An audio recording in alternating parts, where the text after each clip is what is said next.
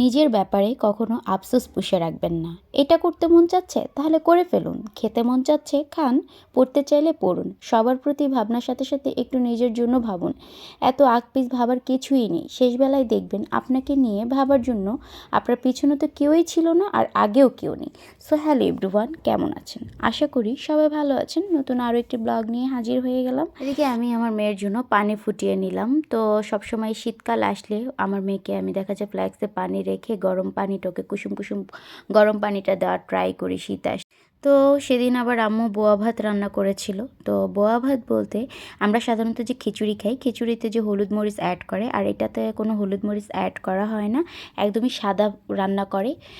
আর হচ্ছে সাথে কয়েক রকমের ভর্তা থাকে। এখানে 3 রকমের ভর্তা আম্মু বানিয়েছিল, চিংড়ি শুটকি, টমেটো ভর্তা অ্যান্ড মরিচ ভর্তা। খেতে কিন্তু দারুণ মজার ছিল, গরম গরম ছিল। এরপর খাওয়া দাওয়া শেষ করার পর রুমে এসে তো দেখি মেয়ে আমার রুমের অবস্থা কী হাল করে রেখেছে। তার সাথে এই যুদ্ধ নতুন কিছু না। আমি দেখা যায় ঘর একদিক দিয়ে গুছালে সে অন্য দিক দিয়ে এলোমেলো করে। আর এইটা নিয়ে আমি কখনো ওর সাথে রাগ করি না। কারণ হচ্ছে দেখা যায় শহরের বাড়িতে 4 দেয়ালের মাঝে বন্দি থাকে, খেলাধুলা করার মতো ওরকম জায়গা পায় না, যার জন্য ঘরে বসেই ওরা দুষ্টামি করে। আর গ্রামের বাড়িগুলোতে তো অনেক বড় উঠান থাকে, খেলাধুলা করার অনেক বড় জায়গা থাকে, দুষ্টামি করতে পারে, একটু হাঁটাচলা করতে পারে, বিনোদনমূলক মানে যা যা করার সেগুলো করতে পারে। আর শহরের বাচ্চাগুলো তো বাড়ি ঘরগুলোতে তো এত ওরকম সুযোগ হয়ে ওঠে না। আর সবচাইতে বড় কথা এখনকার মানে সবচাইতে খারাপ একটা প্রভাব ফেলে বিনোদন বলতে বাচ্চারা এটাই বুঝে, ফোন মোবাইলের প্রতি এতটা আকর্ষণ প্রত্যেকটা বাচ্চার, কি বলবো। দেখা যায় ফোনের এখনকার যে রিলস ভিডিওগুলা, মানে বাচ্চাদের সামনে যেগুলো ইউটিউবের রিলস ভিডিওগুলো আসে, আসলে ওগুলো শিক্ষামূলক কোনো কিছুই না।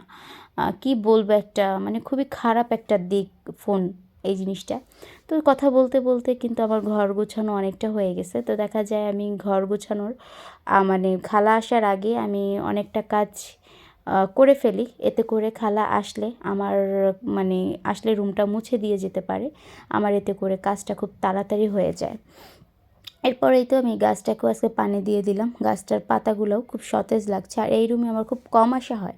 আর এই তো খালা চলে আসছে, খালা এসে এখন ঘরটাও মুছে দিয়ে গেল। আজকে আর রান্নাবান্নার ফুল ভিডিও দিতে পারলাম না, কারণ অনেক বড় হয়ে যাবে ভিডিওটা। আর এদিকে হচ্ছে আমি আজকে লাল মুরগি রান্না করেছিলাম। আর লাল মুরগিটা কিন্তু বিশেষ করে অনেকটা শক্ত হয়ে থাকে, অনেকক্ষণ ধরে কষিয়ে নিতে হয় নরম করবার জন্য। আর এদিকে হচ্ছে আমি 3-4 প্রকারের একটা সবজি দিয়ে ভাজি করে নিলাম। আর আজকের ব্লগটি এই পর্যন্তই। যদি ভালো লেগে থাকে অবশ্যই একটা লাইক, একটা কমেন্ট এবং শেয়ার করে দিবেন। আল্লাহ হাফেজ।